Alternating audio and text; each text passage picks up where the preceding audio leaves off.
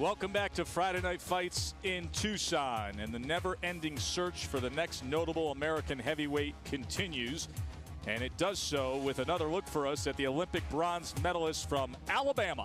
Deontay Wilder faces Travis Allen. It is the 7th fight of Wilder's career. Travis Allen, 30 years old, 6'2", 228, a 3-4 record since February of 2006. He has had only 2 fights, totaling 6 rounds.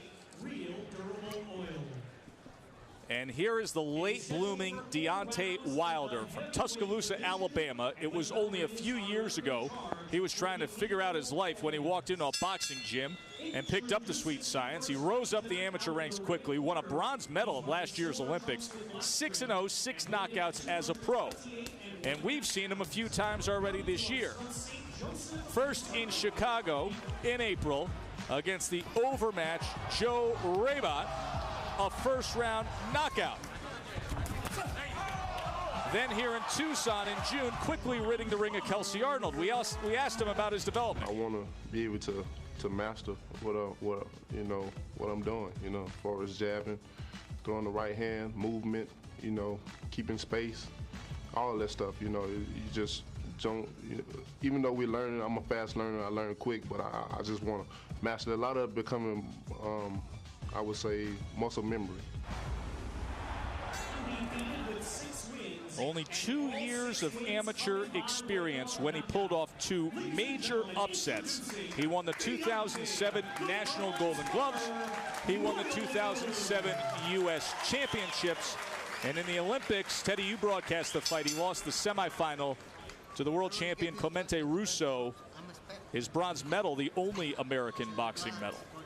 Yeah, Wilder is all about his right hand. He's got good size, good height. He's got a good teacher in his corner, Mark Breland, former world champion, former Olympic gold medalist from the '84 game. He's going to try to teach him how to fight tall and use that great asset. But right now, Wilder's just about power in his right hand and about fighting soft opponents that he can get rid of with that power in the right hand. Wilder, quite honestly, has not learned how to fight yet. He's very crude, very raw. Again, it's going to be Mark Breland, the former world champion, his job to teach Wilder how to fight. And he's opposite Travis Allen, who's an inactive Midwest opponent type from St. Joseph, Missouri, the same town that produced the victim of our opening bout tonight, Travis Hartman, and this fight is taking on the same exact form of that complete mismatch that we opened up this TV card with. That's what these fights are.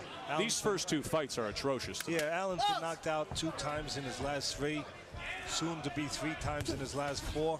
All of Allen's fights have been in Missouri and Oklahoma, usually easy places to build records, and it is. Except in this case, someone else was building their records at Allen's expense. They were using Allen to build their own record. There's a right hand from Wilder. Allen turning southpaw. Doesn't matter which way he turns. The outcome is going to be the same. There's your second knockdown, a minute 20 into the fight. By the way, there is a 3 knockdown rule in effect, so I think if he does rise, this fight will end soon. Yeah, Fight's over. This is the 6th fight in the last 5 months for Wilder. Not bad. I'm thinking he could get at least 20 with these kind of opponents he's been fighting. Maybe 2 every week.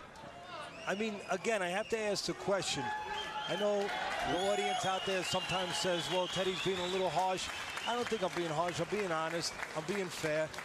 I know that Wilder didn't have quite as much amateur experience as some of the other prospects that are coming from the Olympic team and coming from the amateur programs, but still enough experience, just like our last fight, Thurman, enough experience to fight better opposition than this. What are you accomplishing? I know you're building the record. You're not fooling anybody.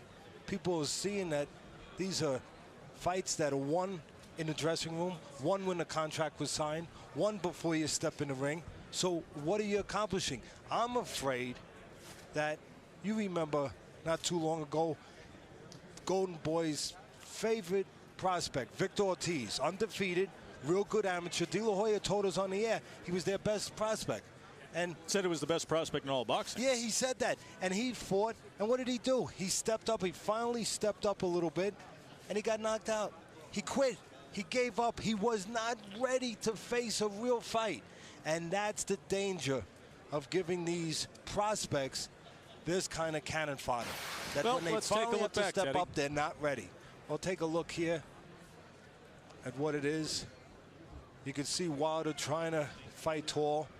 He's looking for that right hand.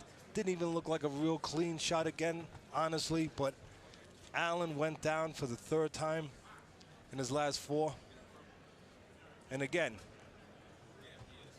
the outcome was already dictated when this fight was made. None of those punches landed cleanly.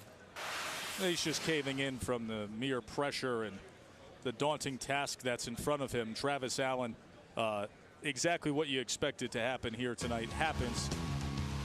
So another win for Deontay Wilder, 7-0 now with 7 knockouts for the Olympic medalist. Back to the studio.